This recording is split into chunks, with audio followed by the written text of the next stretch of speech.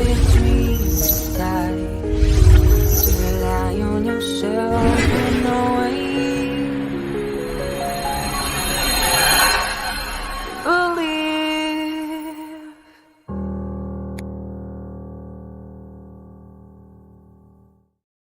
Good morning, everybody. Had quite an adventuresome day already today on Facebook. Somebody in the UK tried to get into my page. Now, I have no doubt I know who these people are. I'm just waiting for more stuff to happen. When you have people invested this much in you, you've done something right. In either case, good morning. We're going to be seeing something kind of fortuitous. Now, I told you guys yesterday that this stuff has come into the church, right? I told you that. Well, while we knew that, I don't think I had seen anything to where they were directly even in the church going after the kids there too. I'm not talking about the abuse stuff side of it, but the indoctrination side.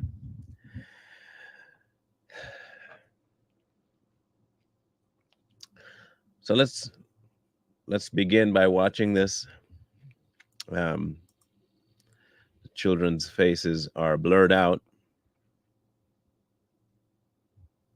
Anyway, so we'll take a listen and see what might be off about it. Here we go. So there's two things that I really like about this story and that I want to talk about. One is that there's this line near the end that some grown-ups get hung up on. In this line, I wrote it down so I would remember what it is. God created humankind in God's image. Male and female, God created them. And some grown-ups read that line and they think that God created only male and female. I'm like, well, but that doesn't make any sense, because we know that there's lots of people who are beyond and between male and female. Now, we're going to pause right there. Understand he's speaking to children about creation. And so we're going to go to said book, Genesis 1. And he quoted verse 27, by the way. He didn't go all the way back, but let's go to 24. Then God said, let us make man in our image according to our likeness. Let them have dominion over the fish of the sea, the birds of the air, and the cattle, and over everything that creeps on the earth. So God made man in his image. In the image of God, he created him, male and female. He created them. What he didn't put and finish was the rest of it, which would clarify them for the boy and the girl. Then God blessed them, and God said to them, be fruitful and multiply.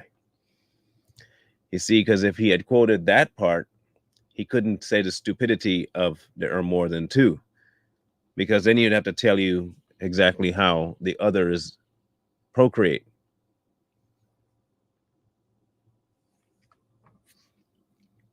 Now, it gets exponentially more creepy the longer you hear him go on. Okay? I'm trans, right? Like, we don't have to go very far to see this. I'm trans. You don't have to go too far to see this.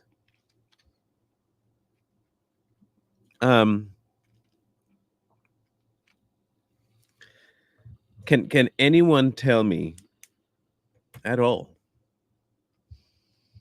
how any of that information is going to lead those kids into a relationship with God? And at all?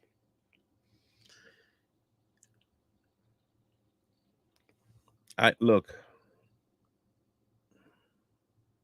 Anyway, I'm gonna temper it real quick. Let him continue. But then if we look at the rest of the story, it helps us make sense of that line. So if we go back to the beginning, right to the very first thing when God creates day and night, what's between day and night? You see how they do it? Do you see how they do it? He leaves the actual context that will actually define what was said, goes all the way back to the beginning of the chapter to talk about day and night, and try to make the kids see, oh, but there is daylight, there's twilight, there's sunset, there's dusk, there's midnight. So you can have all these shades of day, hence you can have all these shades of sexuality.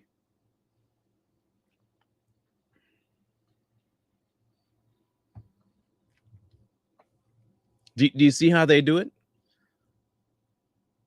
Now, these people are not slow. They're not slow at all. They know exactly what they're doing. Designed.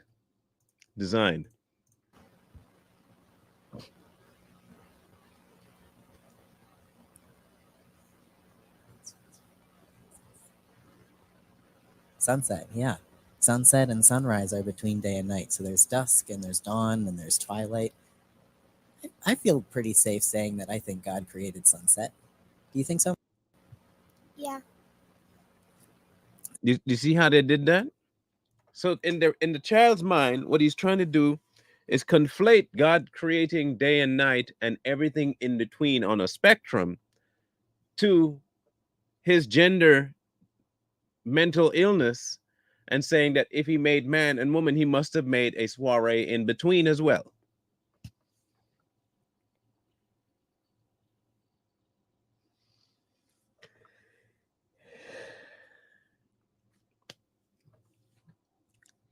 But how else do you get this through the kids? You have to make it to where they can't deny you. And like I said, they're good. They are good at what they do. Oprah said as much, right? An abuser will only be as good if he can make the victim believe it is good. Maybe he rectifies the ship. And then if we keep going to, when God makes the dry land and the water, do you know if there's anything in between dry land and water?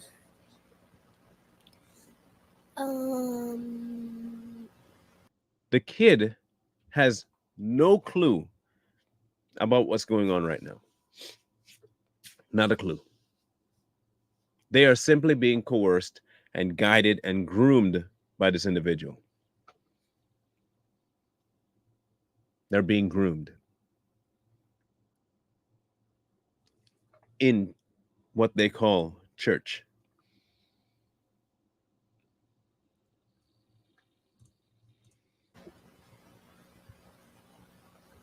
Like maybe the beach or like wet sand. There's beaches, there's wetlands, there's swamps, there's so many things that aren't just dry land or water. Can you? Water. Water, yeah, water is good. And then even when we were listing off all the different animals, you kind of already came to this, where there's some animals that live in the water and on the land, right? You see that? There are some animals that live on the land, some live in the water, some fly. Bet you this is where he's going, to tell you as a human that any and everything else, just like in the animal kingdom, applies here. The question is, why is it always oriented around sex?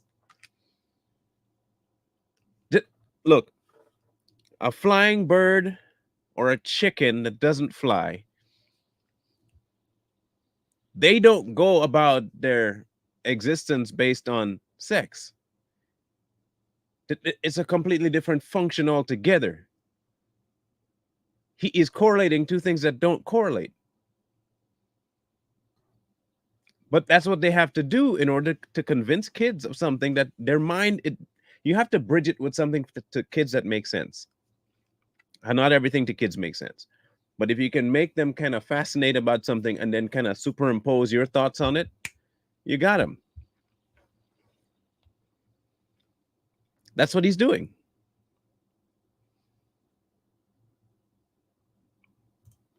Like an axolotl and a gecko. So mostly just stay in the water. But they can go on land too. Yeah. Look, and now you see you saw the kid bring logic to the situation, and what do you do? What do you do? But they stay mostly in the water. Yeah, but they do come on land too, don't they? They have to put that mental thing in their mind where they're confused. He has to confuse them. The confusion is what will give birth to the insanity. The confusion will give birth to the insanity. That's what they're banking on. They are banking that the child will be like, what? But that makes sense. But, and then before too long, without any proper guidance to correct that ship, they're going to eventually start thinking, well, if there are other options, then I really have to explore the other options. And then, but these are my friends that says you confuse the child. And that's their plan. That's their plan.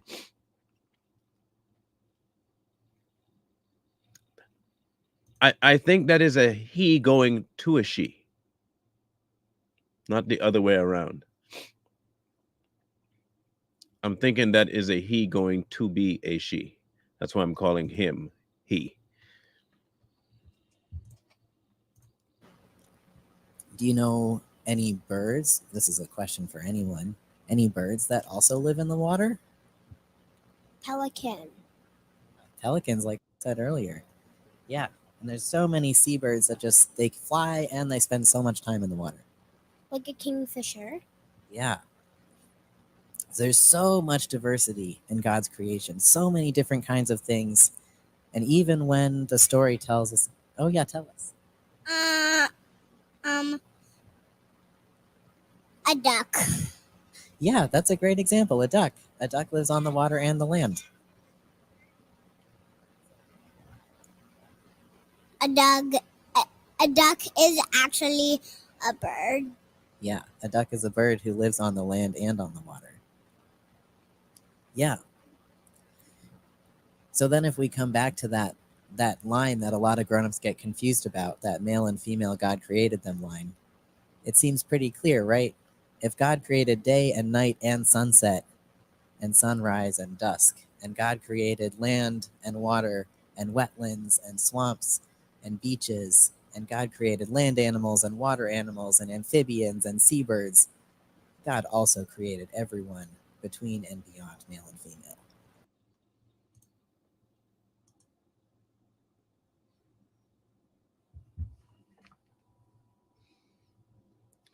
You know, I watch a lot of these interrogation channels. And they usually it's a crime story. And they have the suspect that they bring in and they do the thing that they sit them in this room and they talk to them and they record it, you know. One of the techniques that's kind of frowned on are these questions that force the person listening to feel as though they have to answer in the affirmative in order to not come across guilty. Meaning, like if you say to them, you intended to do that, right? That's almost frowned upon in an interrogation. You ask the question and leave it open. You guide them to the topic you want, but you cannot guide the answer. He was guiding the answer.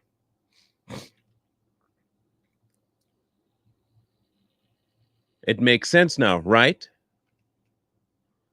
It makes sense, right? Right? It does make sense. You don't want to disappoint mom, do you? You don't want dad to have to do this to you if you don't do that, right? It's coercion. but it gives a child the idea that they're picking it.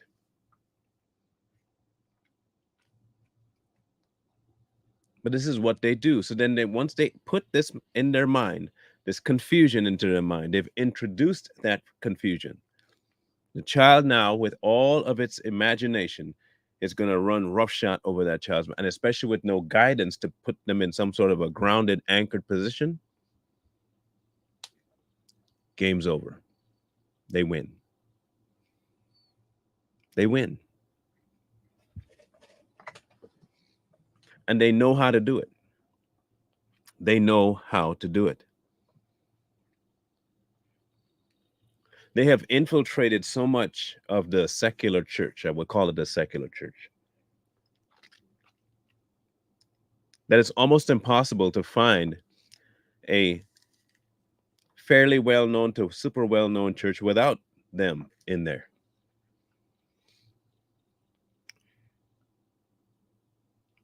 I remember some months ago, I came across a video of a church that hosted a drag queen, and this particular individual decided to do a semi-strip show in the building on a Sunday.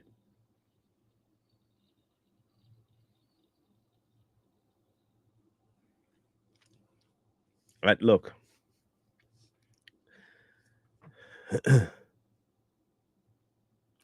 This thing is going to be one of the most overlooked things in the body, unfortunately. Here's why. There is coming a time where people are going to be absolutely ostracized for doing what I'm doing here. And the church is going to be looked to be the peacemaker. And in the process of making peace, they're going to join arms with the world. And they will try to shut up the people that are going to speak the truth. Consider it the same way that William Tyndale and those guys had to run in the back streets of the the countryside to give Bibles out. That's going to become the normal now. The church is going to go by the wayside of this promoting Christ thing, and you'll see this new face of the church pop up where it's accept everything, because it's going to end up linking arms with the Catholics that just signed that thing in 2020. The one world religion has to have a certain mindset, right? And to have a one world religion, you have to have unity. And what they mean by unity is you can't talk against what we're pushing. We need you to be unified over our goal. That's the unity they're talking about. Believe what we believe based on what we say. Mind you, the same thing they accuse Christians of doing, or else. But this is what's coming. This is what is normal now. This particular behavior of pastors stepping up and talking to and acting as though this is all normal, and trying to convert the kids to this mindset, and parents allowing it, and preachers allowing it. Heck, preachers becoming that. Oh yeah, it's going to get exponentially crazier. Exponentially crazier.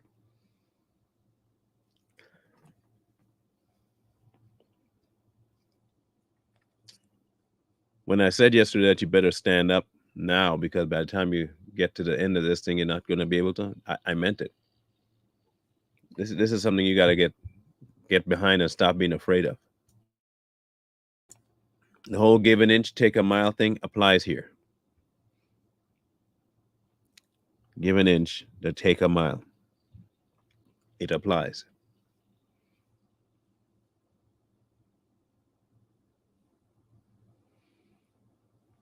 Meanwhile, the so-called church is more confused than ever. No, you couldn't find me because someone hacked my account. Someone hacked my account. I got notification this morning and I rectified it, but some foreign email got my account, and I'm gonna look for. I'm gonna try and find that specific email address later on today. I'm gonna try and find them because it looks to me like it's one of those people that, you know, had the issue with on Savage Patriots. So I'm gonna check that out. In either case,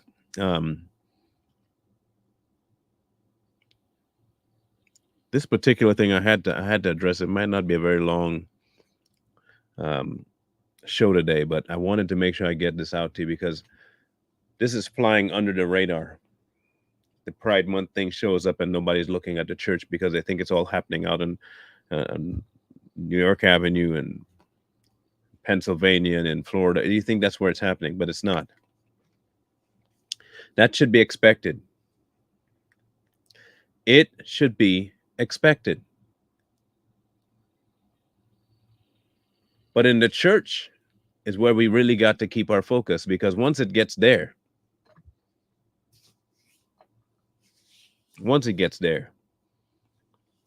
that's the problem. That's the problem.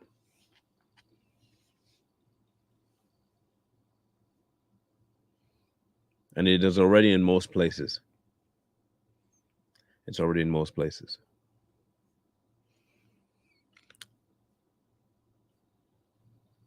Don't mind you sharing this particular one with people who think it is not in the church and it's only an outside issue, so that they understand this is it's very pervasive. On Savage Patriots, we're going to be talking about the hearing and Mr. Fauci. We couldn't go live last night on Too Strong. We apologize. And there was an emergency came up and we had to address that. So sorry, but just couldn't get back to alert you guys. So keep your ear to the ground about Too Strong today.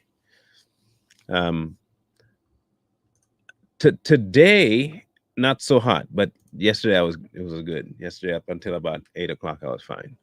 Today, not so hot. Not so hot today, but still. In any case, so we'll see it. We'll see you today at Savage Patriots to talk about Mr. Fauci. That guy, bro. That guy's a class act, isn't he? And I'll keep you abreast as to what I found out with this email, and we'll let you know. Maybe somebody out there who's tech savvy can help me out with that, kind of retrace that email. Love you guys, mean it. Scrolling at the bottom, you know what to do. Talk to the man upstairs, tell him what you got put in front of, and let him direct you where to go. Please don't do anything but that. In either case, we'll catch you guys later today. Wisdom calls to you from the streets, so please, please, please find wisdom. Peace. Hold tight the dreams, for if dreams die, rely on yourself.